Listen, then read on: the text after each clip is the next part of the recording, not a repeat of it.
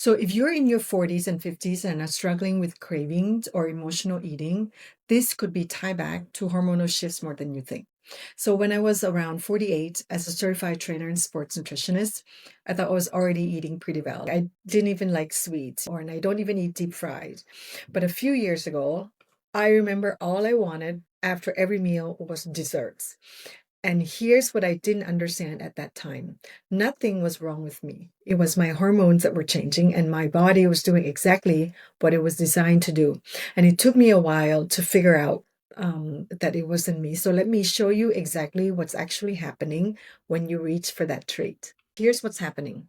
When estrogen drops, and we talked about this in my other video, it takes serotonin and dopamine down with it. Okay, so serotonin is your calm, your mood, your feeling of being okay. And dopamine is your pleasure, your reward, your satisfaction after a meal. So when both of those drops, your brain actually panics, like it wants it back, right? And the fastest way it knows how to get the burst of that great feeling back, it's sugar.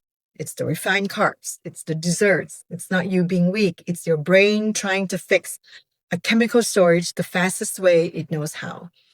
And then cortisol also makes it worse. Remember cortisol, the stress hormone that lost its break? So when cortisol is elevated, it specifically drives cravings for sugar and carbs. So you've got low serotonin pulling you towards sugar, low dopamine making you feel like you need a reward, and high cortisol pushing you towards carbs. And that's three hormones ganging up on you. So that is not a willpower problem. It's definitely chemistry and biology. And another one, sleep. When you sleep bad, and we talked about why that happens. So ghrelin goes up, right? Ghrelin is your hunger hormone. So it goes up. Leptin goes down. So leptin is your fullness hormone. So on a bad night's sleep, your body is literally chemically hungrier and less able to feel full. And here's the thing that most people miss, and this is a big one.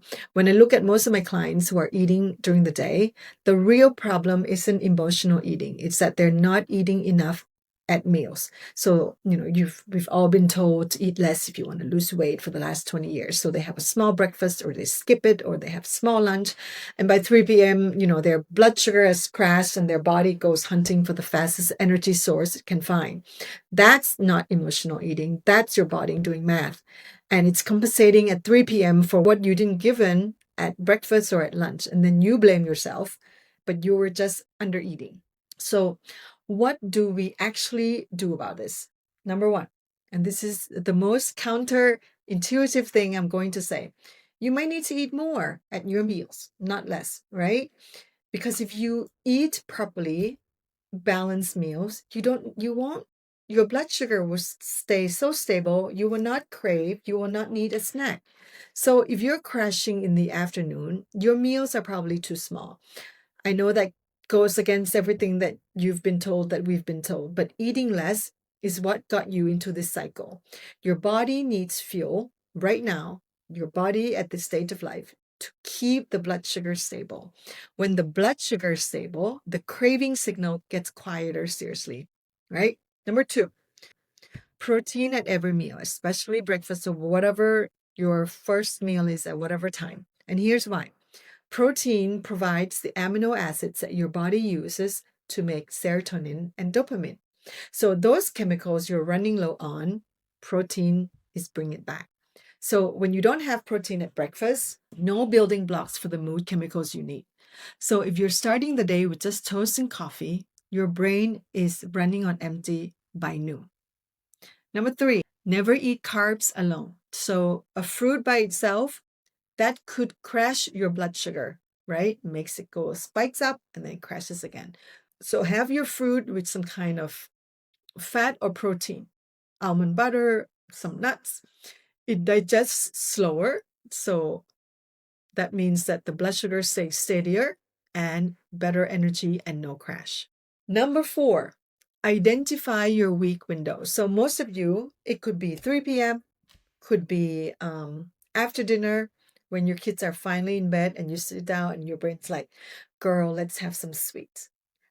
So that's cortisol talking. So look at your pattern and see where your weak window is, and don't wait for the cravings to hit and then try to fight it. Have something ready before that window. And usually a protein-rich snack really helps, some kind of nuts, Greek yogurt, have it prepared. So when that craving hits and you have nothing ready, of course you're going to go reach for whatever's out there. And most of the time, whatever's out there is probably not great, right? So preparation beats willpower every single time. Number 5, hydrate first. This one is super simple because it works. Because many times, like we're just thirsty, we're not hungry. So listen to your hunger cues. So before you reach for a snack, drink a glass of water and wait for a few minutes to see if that craving passes.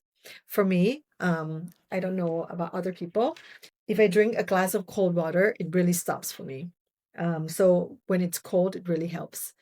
Number 6, and this one ties back to what we covered before. Sleep. Oh my God, the most important thing ever on earth. Sleep is like a craving switch. So on the nights you sleep badly, again, ghrelin, your hunger hormones goes up.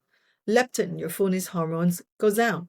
So you are probably not really hungry. It's just your body is chemically hungrier, right? So that's why I keep saying how important it is to improve your sleep quality, because on bad sleep days, everything just doesn't work. You don't function well, right? And if it happens and you've had bad sleep days, now you understand why. So you can be intentional about, if you feel hungry, eat more, but eat the right nutrients. Okay. Number 7, this one's important. No more guilt right now. All right. Because if you have sweets, if you have cookies or ice cream, and then spend the next hour telling yourself, oh my God, I shouldn't have it. I don't have discipline. What's wrong with me? That shame raises that stress hormones, the cortisol. And what does cortisol do? Cortisol drives more cravings. So the guilt you feel after eating the treat is literally making the next craving stronger. So you are feeding the loop by beating yourself up. So stop. You had that ice cream? Fine, it happened. There's nothing you can do about it now. Move on. Thank you next. Right? Number 8, before you reach for food, always ask yourself, if it's for snacks, am I really hungry? Or am I just tired? Or am I just bored? Because those feel very similar, but they actually need different things.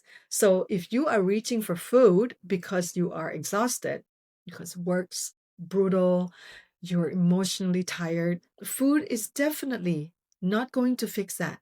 It might give you a 10-minute dopamine hit, and then you'll feel worse again, right? And then you beat yourself again. So what I find helps is actually change your activity. Go for a walk, go do something else right away. Keep yourself busy. Go call your girlfriends, break the loop, break whatever you're doing, right? And number 9, and I love this one. You do not have to remove the foods that you love. You just need to reposition them. So, for example, don't have sweets on an empty stomach at 3 p.m., for example, when your blood sugar is crashing, right? That's a spike and crash guaranteed. Have it after your meal, after a proper meal, when your blood sugar is now steady. Same treat, completely different metabolic impact. You do not need restriction. You need a better strategy.